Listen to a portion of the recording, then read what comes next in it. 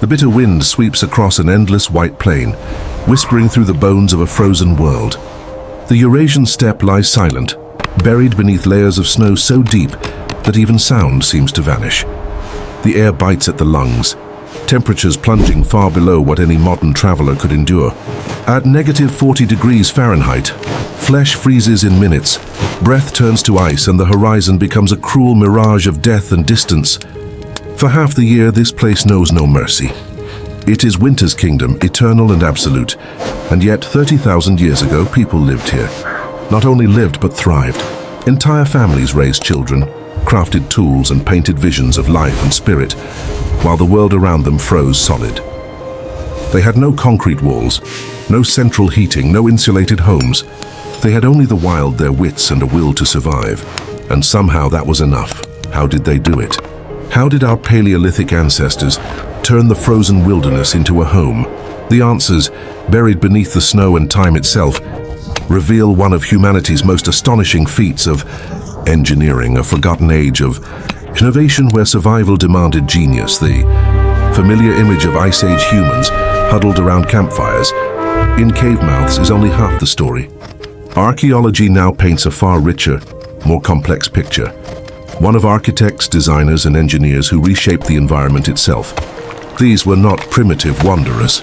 They were inventors who transformed bone, hide, soil, and snow into sophisticated thermal machines.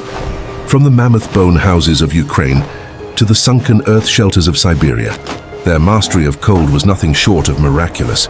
The first great revelation was simple, yet revolutionary.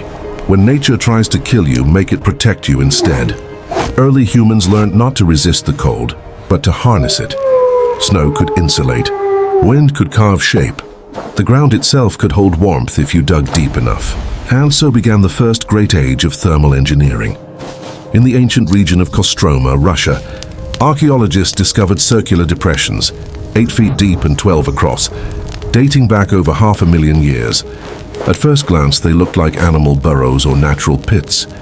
But soil analysis and tool marks revealed the truth. They were human. These were the blueprints of early winter homes, semi-subterranean dwellings deliberately dug below the frost line, where the Earth's temperature remained stable. The soil beneath the surface never froze completely. Even in the dead of winter, it stayed 20 to 30 degrees warmer than the air above. For a species without electricity or fireproof walls, this discovery was priceless. By digging down, they found safety. The Earth became their insulation, their refuge. Over time, this idea evolved into more advanced construction, layered shelters that used the principles of insulation long before the word existed.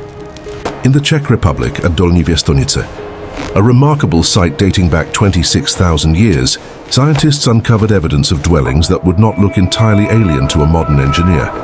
Each wall was built in layers, each material chosen for a reason. The innermost surface was made of animal hides, the fur turned inward to trap warmth and soften the air. Behind it lay dried grasses and moss, a natural insulation that absorbed moisture and slowed heat loss. The outermost shell was woven from reeds and bark, tight enough to block wind but porous enough to let vapor escape, preventing frost from building up within. The genius of this design was balance. Too airtight, and condensation would freeze the structure from within. Too open, and warmth would vanish into the storm. The Paleolithic builders understood this equilibrium intuitively, shaping their shelters as living systems, breathing, regulating, adapting. But nowhere does the brilliance of Ice Age architecture shine brighter than in the mammoth bone houses of Ukraine and Russia. Scattered across the plains, their remains lie buried beneath millennia of dust. Circles of massive ivory bones, tusks curved like frozen waves, skulls stacked like stone blocks. These were no crude huts. They were cathedrals of endurance. At sites like Mezhyrich and Kostenki, researchers uncovered homes built from hundreds of mammoth bones. Some skulls weighed more than 200 pounds, used as cornerstones for stability. Long leg bones formed ribs for the walls, while enormous tusks bent into graceful arches that shaped a domed ceiling. Smaller bones were fitted between the gaps, precisely placed like pieces of a puzzle. To resist wind and snow load, the builders even used earth berms, piling soil around the perimeter to create an insulating barrier that blocked the wind and stored daytime warmth. Inside, the floor was layered with furs and grasses, transforming frozen ground into a soft, dry surface. These houses could shelter 10 or 12 people, families, elders and children, living together through months of darkness. They cooked, worked and dreamed under a roof made of bones from creatures they once hunted. Each home was a fusion of art and survival, an act of defiance against extinction. But the real marvel wasn't only the structure, it was the system. Heating and ventilation were managed with precision. Archaeologists found multiple hearths placed strategically, a large central fire to radiate heat, and smaller side fires near the edges for food and crafts. The layout prevented smoke buildup, while evenly distributing warmth. And where did they find fuel in a land with almost no trees? They adapted again. Mammoth dung, dried grasses, and even animal bones became sources of energy. When burned carefully, bone produces a long, steady heat, hotter than wood, cleaner than grass. Some sites show residues of these materials processed to improve combustion, revealing a deep understanding of chemical transformation long before science gave it a name. Ventilation systems were equally sophisticated. Openings carved near ground level allowed cold air to enter, while vents at the top released warm, moist air. This created natural convection currents, breathing airflow that kept the shelters dry and livable. Some even had adjustable flaps made from hide and bone toggles, allowing families to regulate the flow depending on weather. Inside, life was organized like a small, efficient society. Sleeping areas clustered near the central hearth, with the warmest spaces reserved for infants and elders. Work areas lay near side fires, where the light was steady and the air dry. Tools were hung from bones embedded in the walls. Dried meat hung from tusk hooks above the fires to cure in the heat. Food preservation was another triumph. In permafrost regions, they built underground storage pits connected to their homes by narrow tunnels. Natural refrigerators that kept meat fresh for months. Even during storms, food could be retrieved without stepping outside. Building such a home required foresight and teamwork. Experimental archaeologists estimate that a mammoth bone house took 2 to 3 weeks to complete, demanding the strength and skill of an entire clan. It was a collective project, men and women, elders and children, each performing vital roles. These were not just shelters, they were monuments to cooperation. Construction began long before the first snow, during late summer or early autumn, when the ground was still workable and resources abundant. Every step reflected planning, collecting bones from old kill sites, curing hides, weaving reeds, and stockpiling insulation. Nothing was left to chance, and even after completion, maintenance continued throughout the winter. Hides were patched, bones replaced, grasses refreshed.